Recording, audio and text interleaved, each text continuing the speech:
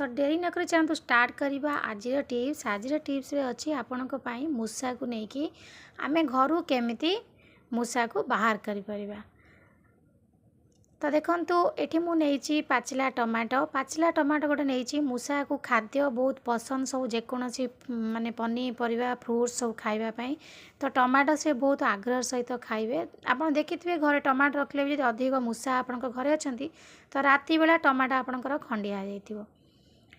तो देखिए एबे आमे कोन करबा ना खाद्य प्रस्तुत करिया प्रथमे मूषा पई। एबे टमाटो को आमे कोन करबा ना छोट छोट साइज करके पूरा टमाटो की काटी नेबे।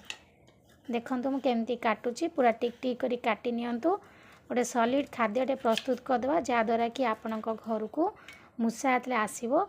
आमे एमिति जिनस दबा से आग्रह सहित खाइबो। ता सहित आमे अलगा जिनस ऐड करबा जोटा कि से खाइबा द्वारा तार रिएक्शन हबो आउ से मरी भी जाई पारे आउ बिल्कुल भी घर को आसीबोनी। तो बिना विषय रे आमे मूषा को केमती घर बाहर करि परिबा।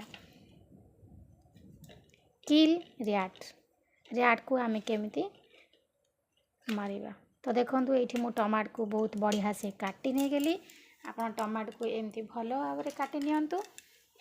काटी सारा पर देखो ये मोर जिनस नहीं तमाकू जो गुटका खाती तो गुटका तो बहुत कड़ा होता है। तो आपको जब मूषा खाइबे तो मूषा आपको खाइला माने निश्चित भाव में मरवे।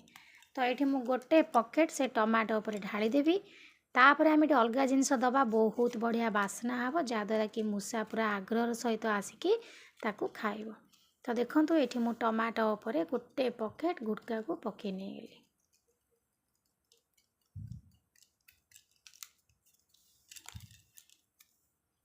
आकु खाइबा द्वारा गुटका मूषा को पूरा निशा हम आउ मूषा माने बंची भी न पारे मूषा मरी मध्य जाई पारे। तो खाइला माने शीघ्र से पड़ेब पदा को जहाँद्वारा कि आपण घर को बिल्कुल भी आसबनी। एमती बारंबार आपण घर जिनस थोइबे देखिए मूषा को खाइला माने बहुत बढ़िया रिएक्शन करिवो।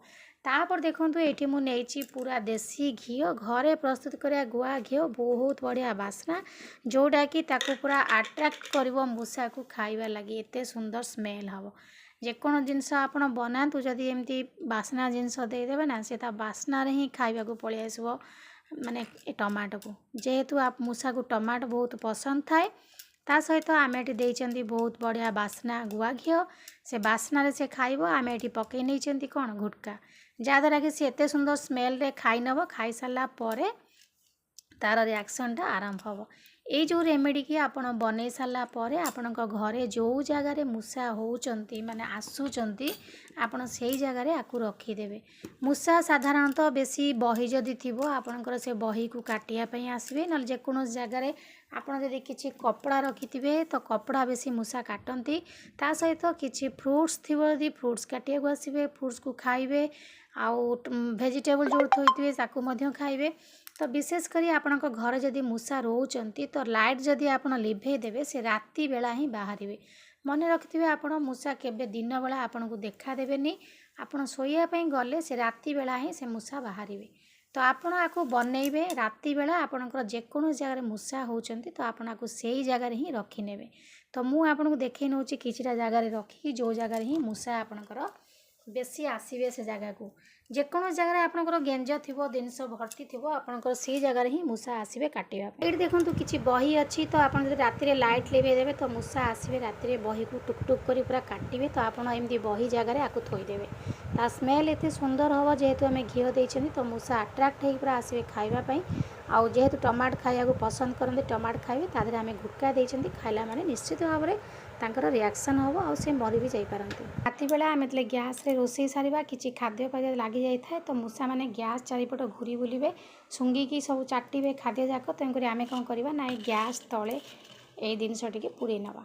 तो ताको निश्चित भाव में से मूषा अट्रैक्ट हेकि पूरा खाइबा आरंभ करेंगे जहाँद्वारा कि खाइले तांकर मुंड बुलेकी माने रिएक्शन हम से माने मरी मध्य जाई पारंती।